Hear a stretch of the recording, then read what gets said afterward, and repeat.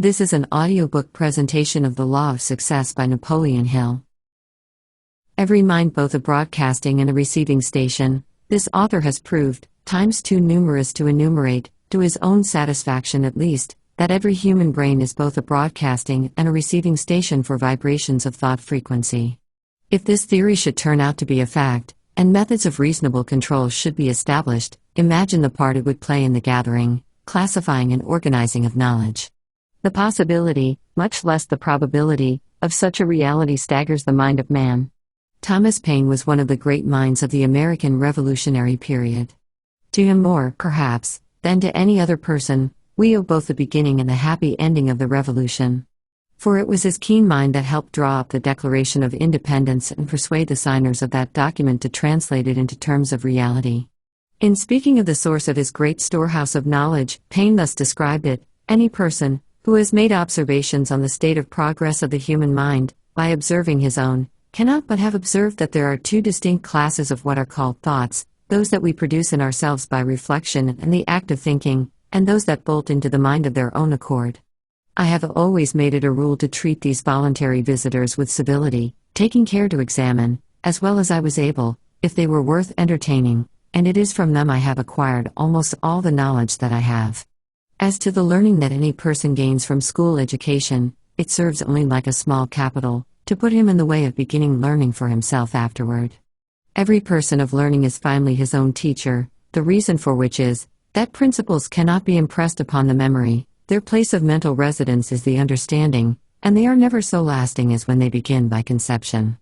In the foregoing words, Paine, the great American patriot and philosopher, described an experience that, at one time or another, is the experience of every person.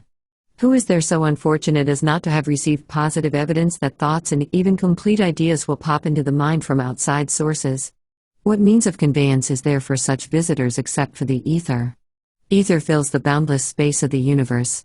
It is the medium of conveyance for all known forms of vibration, such as sound, light, and heat. Why should it not be, also the medium of conveyance of the vibration of thought? Every mind, or brain, is directly connected with every other brain by means of the ether. Every thought released by any brain may be instantly picked up and interpreted by all other brains that are en rapport with the sending brain. This author is as sure of this fact as he is that the chemical formula H20 will produce water. Imagine, if you can, what a part this principle plays in every walk of life. Nor is the probability of it either being a conveyor of thought from mind to mind the most astounding of its performances. It is the belief of this author that every thought vibration released by any brain is picked up by the ether and kept in motion in circuitous wave lengths corresponding in length to the intensity of the energy used in their release, that these vibrations remain in motion forever, that they are one of the two sources from which thoughts which pop into one's mind emanate, the other source being direct and immediate contact through the ether with the brain releasing the thought vibration. Thus it will be seen that if this theory is a fact, the boundless space of the whole universe is now and will continue to become literally a mental library wherein may be found all the thoughts released by mankind. The author is here laying the foundation for one of the most important hypotheses enumerated in the lesson Self-Confidence, a fact which the student should keep in mind as he approaches that lesson. This is a lesson on organized knowledge. Most of the useful knowledge to which the human race has become heir has been preserved and accurately recorded in nature's Bible. By turning back the pages of this unalterable Bible, man has read the story of the terrific struggle through and out of which the present civilization has grown. The pages of this Bible are made up of the physical elements of which this earth and the other planets consist, and of the ether which fills all space. By turning back the pages written on stone and covered near the surface of this earth on which he lives, man has uncovered the bones, skeletons, footprints and other unmistakable evidence of the history of animal life on this earth, planted there for his enlightenment and guidance by the hand of Mother Nature throughout unbelievable periods of time. The evidence is plain and unmistakable. The great stone pages of nature's Bible found on this earth and the endless pages of that Bible represented by the ether wherein all past human thought has been recorded, constitute an authentic source of communication between the Creator and man. This Bible was begun before man had reached the thinking stage, indeed, before man had reached the amoeba, one-cell animal, stage of development. This Bible is above and beyond the power of man to alter. Moreover, It tells its story not in the ancient dead languages or hieroglyphics of half-savage races, but in a universal language that all who have eyes may read. Nature's Bible, from which we have derived all the knowledge that is worth knowing, is one that no man may alter or in any manner tamper with. The most marvelous discovery yet made by man is that of the recently discovered radio principle, which operates through the aid of ether, an important portion of nature's Bible. Imagine the ether picking up the ordinary vibration of sound, and transforming that vibration from audio frequency into radio frequency, carrying it to a properly attuned receiving station and transforming it back into its original form of audio frequency, all in the flash of a second. It should surprise no one that such a force could gather up the vibration of thought and keep that vibration in motion forever. The established and known fact of instantaneous transmission of sound, through the agency of the ether, by means of the modern radio apparatus, removes the theory of transmission of thought vibration from mind to mind from the possible to the probable. The mastermind. We come now to the next step in the description of the ways and means by which one may gather, classify and organize useful knowledge, through a harmonious alliance of two or more minds, out of which grows a mastermind. The term mastermind is abstract, and has no counterpart in the field of known facts, except to a small number of people who have made a careful study of the effect of one mind upon other minds. This author has searched in vain through all the textbooks and essays available on the subject of the human mind, but nowhere has been found even the slightest reference to the principle here described as the mastermind. The term first came to the attention of the author through an interview with Andrew Carnegie, in the manner described in Lesson 2. Chemistry of the Mind. It is this author's belief that the mind is made up of the same universal fluid energy as that which constitutes the ether that fills the universe. It is a fact as well known to the layman as to the man of scientific investigation that some minds clash the moment they come in contact with each other, while other minds show a natural affinity for each other. Between the two extremes of natural antagonism and natural affinity growing out of the meeting or contacting of minds, there is a wide range of possibilities for varying reactions of mind upon mind. Some minds are so naturally adapted to each other that love at first sight is the inevitable outcome of the contact. Who is not known of such an experience?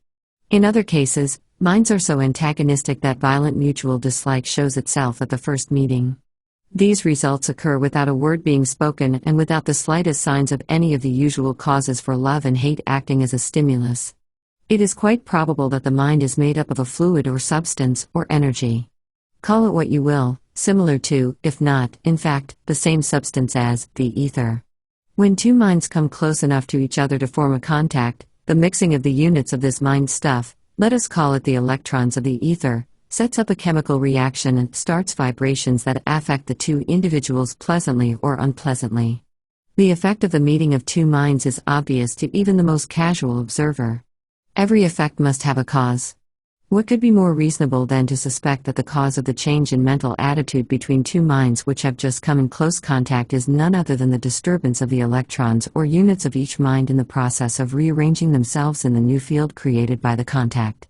For the purpose of establishing this lesson upon a sound foundation, we have gone a long way toward success by admitting that the meeting or coming in close contact of two minds sets up in each of those minds a certain noticeable effect or state of mind quite different from the one existing immediately prior to the contact.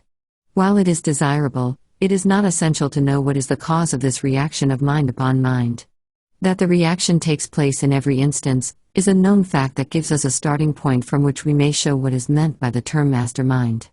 A mastermind may be created through the bringing together or blending, in a spirit of perfect harmony, of two or more minds. Out of this harmonious blending, the chemistry of the mind creates a third mind which may be appropriated and used by one or all of the individual minds. This mastermind will remain available as long as a friendly, harmonious alliance between the individual minds exists. It will disintegrate, and all evidence of its former existence will disappear the moment the friendly alliance is broken. This principle of mind chemistry is the basis and cause for practically all the so-called soulmate and eternal triangle cases, so many of which unfortunately find their way into the divorce courts and meet with popular ridicule from ignorant and uneducated people who manufacture vulgarity and scandal out of one of the greatest of nature's laws. The entire civilized world knows that the first 2 or 3 years of association after marriage are often marked by much disagreement, of a more or less petty nature. These are the years of adjustment. If the marriage survives them, it is more than apt to become a permanent alliance. These facts no experienced married person will deny. Again, we see the effect without understanding the cause. While there are other contributing causes, yet, in the main, lack of harmony during these early years of marriage is due to the slowness of the chemistry of the minds in blending harmoniously. Stated differently, the electrons or units of the energy called the mind are often neither extremely friendly nor antagonistic upon first contact, but, through constant association, they gradually adapt themselves in harmony, except in rare cases where the association has the opposite effect of leading, eventually, to open hostility between these units. It is a well-known fact that after a man and a woman have lived together for 10 to 15 years, they become practically indispensable to each other, even though there may not be the slightest evidence of the state of mind called love. Moreover, this association and relationship sexually not only develops a natural affinity between the two minds, but it actually causes the two people to take on a similar facial expression, and to resemble each other closely in many other marked ways.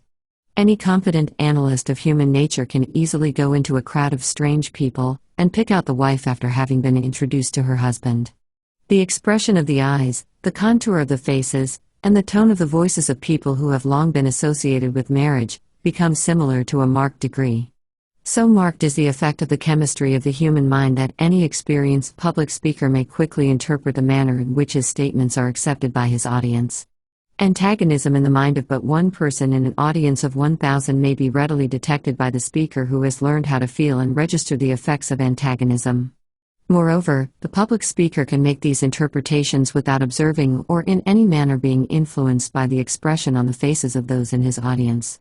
On account of this fact, an audience may cause a speaker to rise to great heights of oratory, or heckle him into failure, without making a sound or denoting a single expression of satisfaction or dissatisfaction through the features of the face. All master salesmen know the moment the psychological time for closing has arrived, not by what the prospective buyer says, but from the effect of the chemistry of his mind is interpreted or felt by the salesman. Words often belie the intentions of those speaking them, but a correct interpretation of the chemistry of the mind leaves no loophole for such a possibility. Every able salesman knows that the majority of buyers have the habit of affecting a negative attitude almost to the very climax of the sale.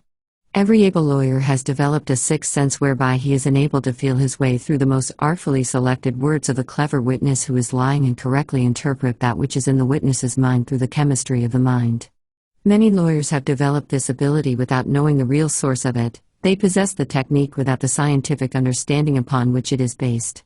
Many salesmen have done the same thing.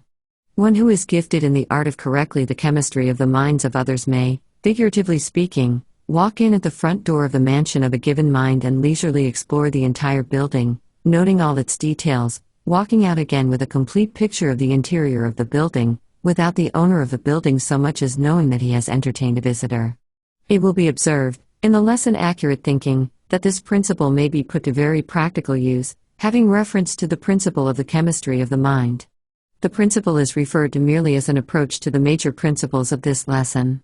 Enough has already been stated to introduce the principle of mind chemistry, and to prove, with the aid of the student's own everyday experiences and casual observations, that the moment two minds come within close range of each other, a noticeable mental change takes place in both, sometimes registering in the nature of antagonism and at other times registering in the nature of friendliness. Every mind has what might be termed an electric field. The nature of this field varies, depending upon the mood of the individual mind back it, and upon the nature of the chemistry of the mind creating the field. It is believed by this author that the normal or natural condition of the chemistry of any individual mind is the result of his physical heredity plus the nature of thoughts that have dominated that mind, that every mind is continuously changing to the extent that the individual's philosophy and general habits of thought change the chemistry of his or her mind. These principles the author believes to be true. That any individual may voluntarily change the chemistry of his or her mind so that it will either attract or repel all with whom it comes in contact is a known fact. Stated in another manner, any person may assume a mental attitude that will attract and please others or repel and antagonize them, and this without the aid of words or facial expressions, or other forms of bodily movement or demeanor. Go back, now, to the definition of a mastermind, a mind which grows out of the blending and coordination of two or more minds, in a spirit of perfect harmony, and you will catch the full significance of the word harmony as it is here used.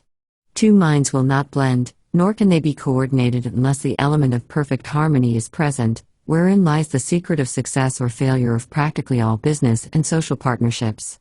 Every sales manager and every military commander and every leader in any other walk of life understands the necessity of an esprit de corps, a spirit of common understanding and cooperation, in the attainment of success. This mass spirit of harmony of purpose is obtained through discipline, voluntary or forced, of such a nature that the individual minds become blended into a mastermind, which is meant that the chemistry of the individual minds is modified in such a manner that these minds blend and function as one. The methods through which this blending process takes place are as numerous as the individuals engaged in the various forms of leadership. Every leader has his or her own method of coordinating the minds of the followers. One will use force. Another uses persuasion. One will play upon the fear of penalties, while another plays upon rewards in order to reduce the individual minds of a given group of people to where they may be blended into a mass mind. The student will not have to search deeply into the history of statesmanship, politics, business, or finance to discover the technique employed by the leaders in these fields in the process of blending the minds of individuals into a mass mind. The really great leaders of the world, however, have been provided by nature with a combination of mind chemistry favorable as a nucleus of attraction for other minds. Napoleon was a notable example of a man possessing the magnetic type of mind, which had a very decided tendency to attract all minds with which it came in contact. Soldiers followed Napoleon to certain death without flinching, because of the impelling or attracting nature of his personality, and that personality was nothing more nor less than the chemistry of his mind. No group of minds can be blended into a mastermind if one of the individuals of that group possesses one of these extremely negative, repellent minds. The negative and positive minds will not blend in a sense here described as a mastermind. Lack of knowledge of this fact has brought many an otherwise able leader to defeat. Any able leader who understands this principle of mind chemistry may temporarily blend the minds of practically any group of people so that it will represent a mass mind, but the composition will disintegrate almost the very moment the leader's presence is removed from the group. The most successful life insurance sales organizations and other sales forces meet once a week, or more often, for the purpose of what? Napoleon Hill was an American author in the area of the New Thought movement who was one of the earliest producers of the modern genre of personal success literature. He is widely considered to be one of the great writers on success. His most famous work, The Law of Success, is one of the best-selling books of all time. Hill's works examine the power of personal beliefs and the role they play in personal success. What the mind of man can conceive and believe, it can achieve is one of Hill's hallmark expressions. How achievement actually occurs, and a formula for it that puts success in reach of the average person were the focal points of Hill's books. Reading the book can benefit anyone seeking personal development and ways to succeed in different areas of their lives.